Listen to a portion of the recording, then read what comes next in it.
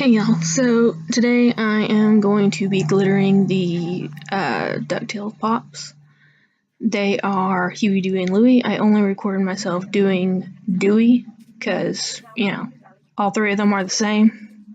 So it would just be the same process over and over again. Showing you real quickly the materials I use. As you can see, I sped up the video just to save time so you guys wouldn't be, sitting here for an hour. I'll probably speed it up more towards the end because honestly right now it's still at like 40 minutes and that's way too long. But so I'm just going to explain the process real quick and then pretty much shut up and just put the video to music. So pretty much all you have to do is put a layer of Mod Podge glue, which dries clear. You don't have to worry about it leaving residue or anything behind. And then just put a thin layer of glitter on top. The glitter you use is important. You want to use the finest glitter you can. The colored glitter is rather fine. It's almost like a sand quality. The white one that I use later on for the feathers is a bit larger, because it was the only one I could find at the time.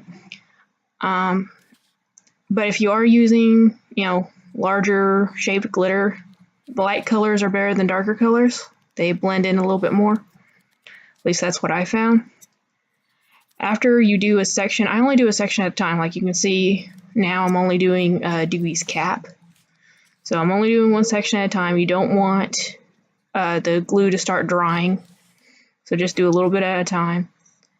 And after you do, you want to put a layer of clear nail polish on top or any sealant. You want to make sure the glue is completely dry before you do that, obviously. I use the nail polish instead of Mod Podge or anything else because basically it dries a lot more glossier, makes it more shiny to me, and it puts a thicker coat on it for more protection. So all around it's just, much better to me personally. You can also see me wiping away the stray glitter just to make sure you don't accidentally put it on the white part.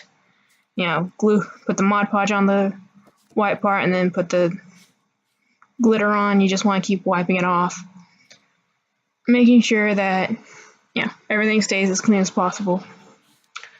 And you can also see that I'm doing it over a sheet of paper to gather the glitter afterwards. That way you're not wasting everything and you just pour it right back into the container really easily. So yeah, that's pretty much all you have to do with glittering. Try to keep the colors as separate as possible. That's my biggest problem. A lot of the time I cannot tell you how much different specks of color are in like my orange color or in my red color. It's just, it's hard to do sometimes. You want to make sure that you tap off all the excess glitter before you start moving on to another color or another section, because that will come back to haunt you. I promise you it will come back to haunt you. Another thing I want to mention real quick, if you're doing one like this that doesn't have too much detail on it, the pot figure, then it doesn't really matter. As you can see, I'm doing it as one solid piece. I have done others in the past that had a bit more detail on it, or the bodies were just, smaller. So I would detach the head from the body. And pretty much all you have to do to that is get some steaming water, not boiling. I have heard some people say you need boiling water. You don't. You just need hot water to the point where it's steaming, and hold it in there for about a minute or so, a little bit longer if it's depending on just how thick the vinyl head is, and then just tug it off after it softens up with the heat. It's not that hard at all. Sometimes when you go to put the head back on, however, you have to heat it up again with a hairdryer, so you're not messing up the glitter, and you're still getting it squishy enough that you can reattach the head. I had to do that when I did my Princess Celestia Funko Pop glitter. I have pictures of that on my Instagram if you want to look at it. Reminds me I need to put the link for my Instagram on my YouTube channel. I haven't done that yet. Hopefully I'll have it up by the time you guys are seeing this. One last thing, you'll see that I'm switching between some paintbrushes. You do want to keep at least one super small paintbrush on you for doing the smaller details, or even a toothpick if it's like ultra small. But before, you could probably see that I was using a crappy, I want to say, paintbrush, you know, the kind that you can find in like little art kits for kids. I treat them pretty much as disposable paintbrushes. They're easier to clean than the ones, the hair ones, since it's just plastic. So the glue isn't that big of a deal for them, and you can use it for one project and then just toss it away. You can also use it with like the nail polish if you need to get into a smaller area with the nail polish. It's a lot easier to do that, because if you do use it with a hair brush, it'll clump together. There's a reason that nail polish brushes are made of, plastic. So it will clump together and it will pretty much ruin the brush. I've done that before. So yeah, definitely something you want to keep in mind. So that's basically what I do for all of this. You want to keep in mind not to gloss over the eyes when you get to the face. I've done that before too. It did not look all that well because it always got straight glitter. You definitely want to sweep all the stray glitter off, like I said, especially around the face, because that is the part where people are going to be looking at first. So just keep that in mind when you're doing it. And also, again, or not again, I haven't mentioned it. You can tell this is my first time. But you want to keep the colors not only separate, but make sure you get them as accurate as possible. You'll see when I go to the bill and feet of the duck, it's a bit more bright than the natural orange is. It still looks good in the completed, project, but you just want to get as close as possible. And sometimes that does mean using different types of glitter. And I found that it doesn't really affect the look all that much as long as you keep the colors true. So I think it's fine. By the way, I bought most of the glitter at Michael's for a rather low price. The white glitter came in a bunch with Walmart. At Walmart, I bought those. The Mod Podge also got at Walmart. Nail polish I got at Walmart. As you saw, see now, it is a huge bottle. It's the salon size, and it's the quick dry stuff, so you don't have to wait too long before moving on to, the next color, which is really good because I'm not patient. So, yeah.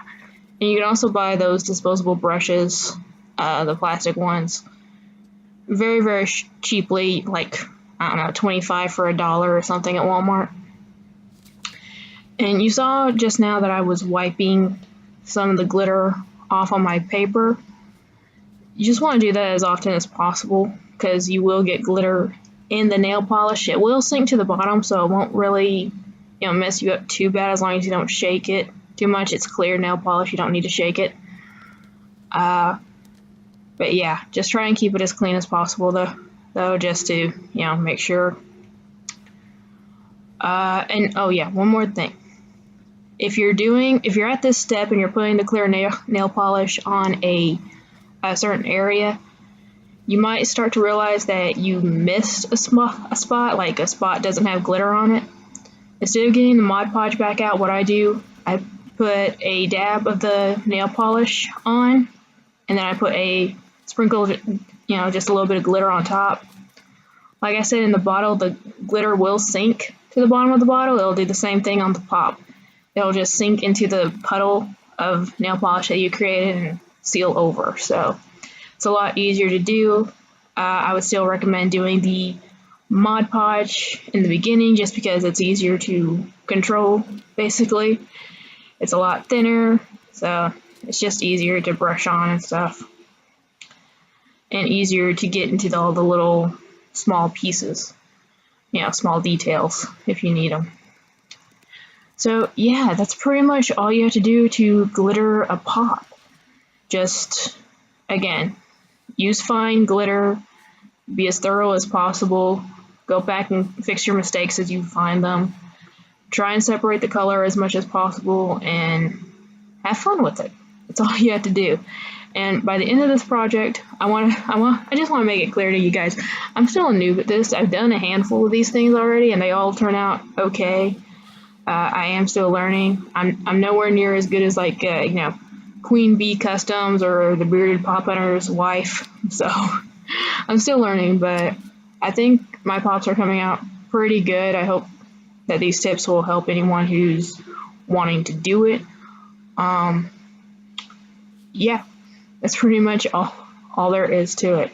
So I'm just going to keep quiet now and put the rest of the video onto music and hopefully find a way to shorten it up a bit.